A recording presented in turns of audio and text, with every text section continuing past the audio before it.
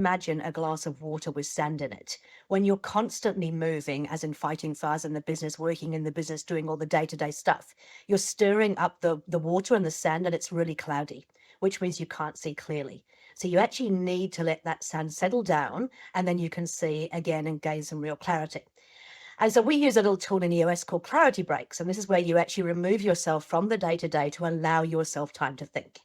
And we talk about making time to save time. So when you're clear on your bigger objectives, you really gain the confidence to simplify your procedures and create your efficiencies. So this clarity break is about actually taking yourself out of the business, getting rid of all the distractions that you have in the business. For me, it's about going and sitting in a park or going away to a batch that we have that is away from all of the technology, all of your internet, anything that can kind of distract you.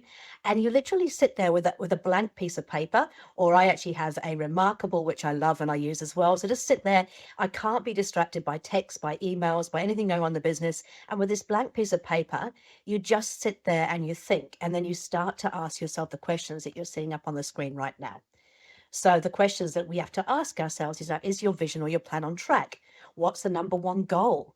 Am I focusing on the most important things? Do I have the right people in the right seats to grow? What's the one people move that I must make this quarter? How strong is my bench? If I lose a key player, do I have somebody ready to fill the seat? Are my processes working well?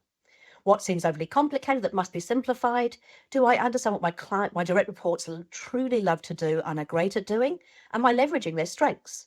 What can I delegate to others in order to use my time more effectively? What can we do to be more proactive versus being reactive? What can I do to improve communication? And what's my top priority this month and this week? And by doing that with a blank piece of paper without any of the distractions, you'll ask yourself these questions and you just let it simmer. And then all of a sudden, it'll just come to you and you'll start writing the answers to these questions. And it gets you focused back on that bigger picture again, so you're not, fighting the fires in the business. But your Right. second part of the question was, how do you make sure you make the time for it? It's not that you've actually got to book it into your diary. There is no easy way to do this. You actually have to commit to it and say, I am going to make myself have this time. And that could be, for some people, it's once a week. I have clients who do it every single day for half an hour. It could be once a month. So it's up to you to decide what is feasible and then literally book that time out in your diary and force yourself to take that time out to allow that sand to settle so you get the clarity. Great.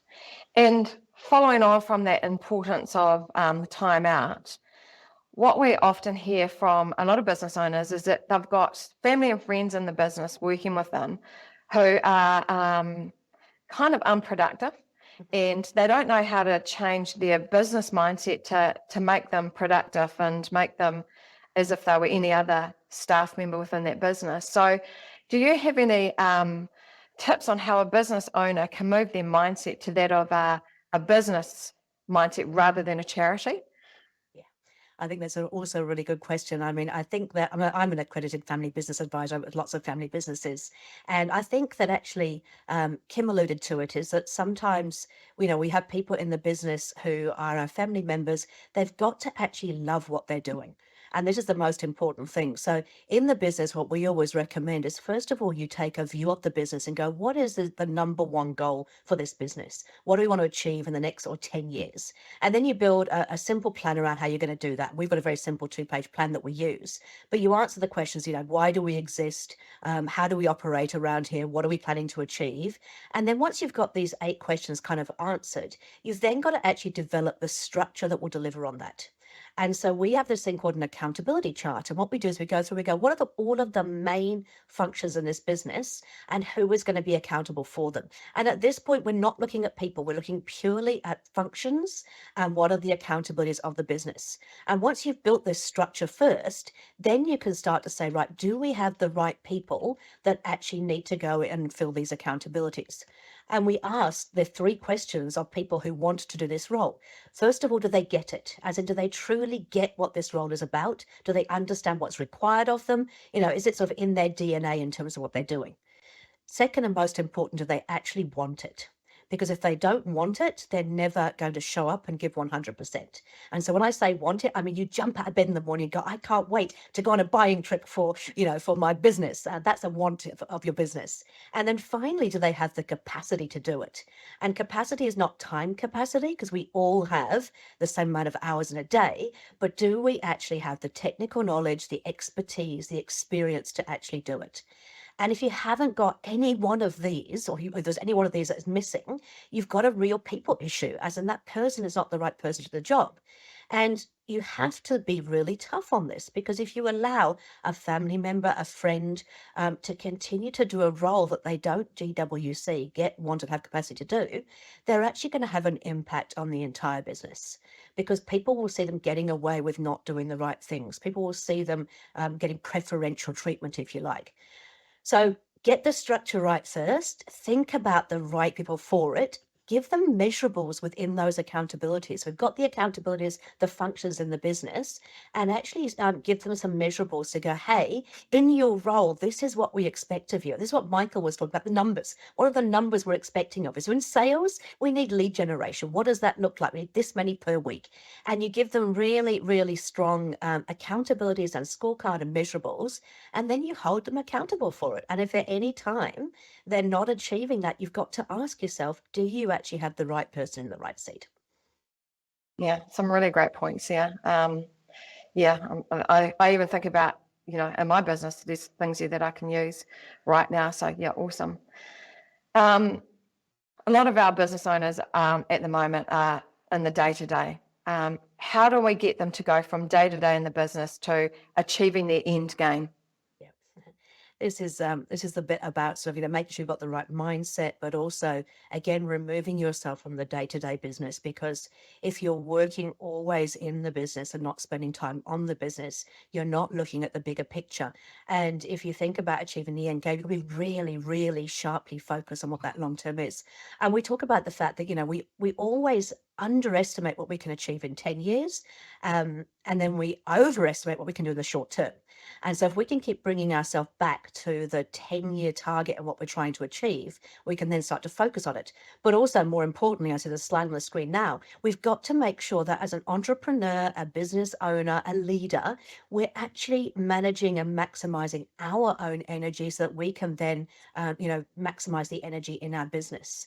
And so looking at the slide on the screen here, you've got to there's a few things you have to look at. First of all, 10-year thinking, imagine, take the date 10 years from now. We're in 2022 now. In 2032, how old are you going to be, and what do you want to have achieved at that point? And if you can get really, really clear about that, everything you do starts to follow it. There's also things like, taking time off. I think that, Kim mentioned going and doing the purchasing. That's one way to get out of the business, but also, what other time do you need off? Are you taking enough holidays to make sure you actually are completely refreshed? We talk about knowing your 100%. Do you know how many hours in a week you can actually work and be effective? So for some people, that's 20 hours and they're done. For other people, it's 80 hours and they still feel really good. But there is that law of diminishing return. So how many hours is actually really good for you? And I know for me, it's about 55 hours. If I do more than that, I'm just not getting the results. If I do less than that, I'm bored and twiddling my thumbs. So it's like knowing what that 100% is. You've also got to really know yourself as well, and know, what is it that you love? Like Kim said, what do we actually love in our business? What do we do? And there's a whole bunch of other things here, which is actually in a book called The EOS Life. But it's like just being really, really clear about how do you make sure you maximize and manage your energy to deliver that to the team that you're working with. Great. Look, we are getting a bit pushed for time, but I have got one question for you that, and I don't want to sound like we're ending on a negative, but you have been in a position where you have had to call worst case scenario and walk away from a business.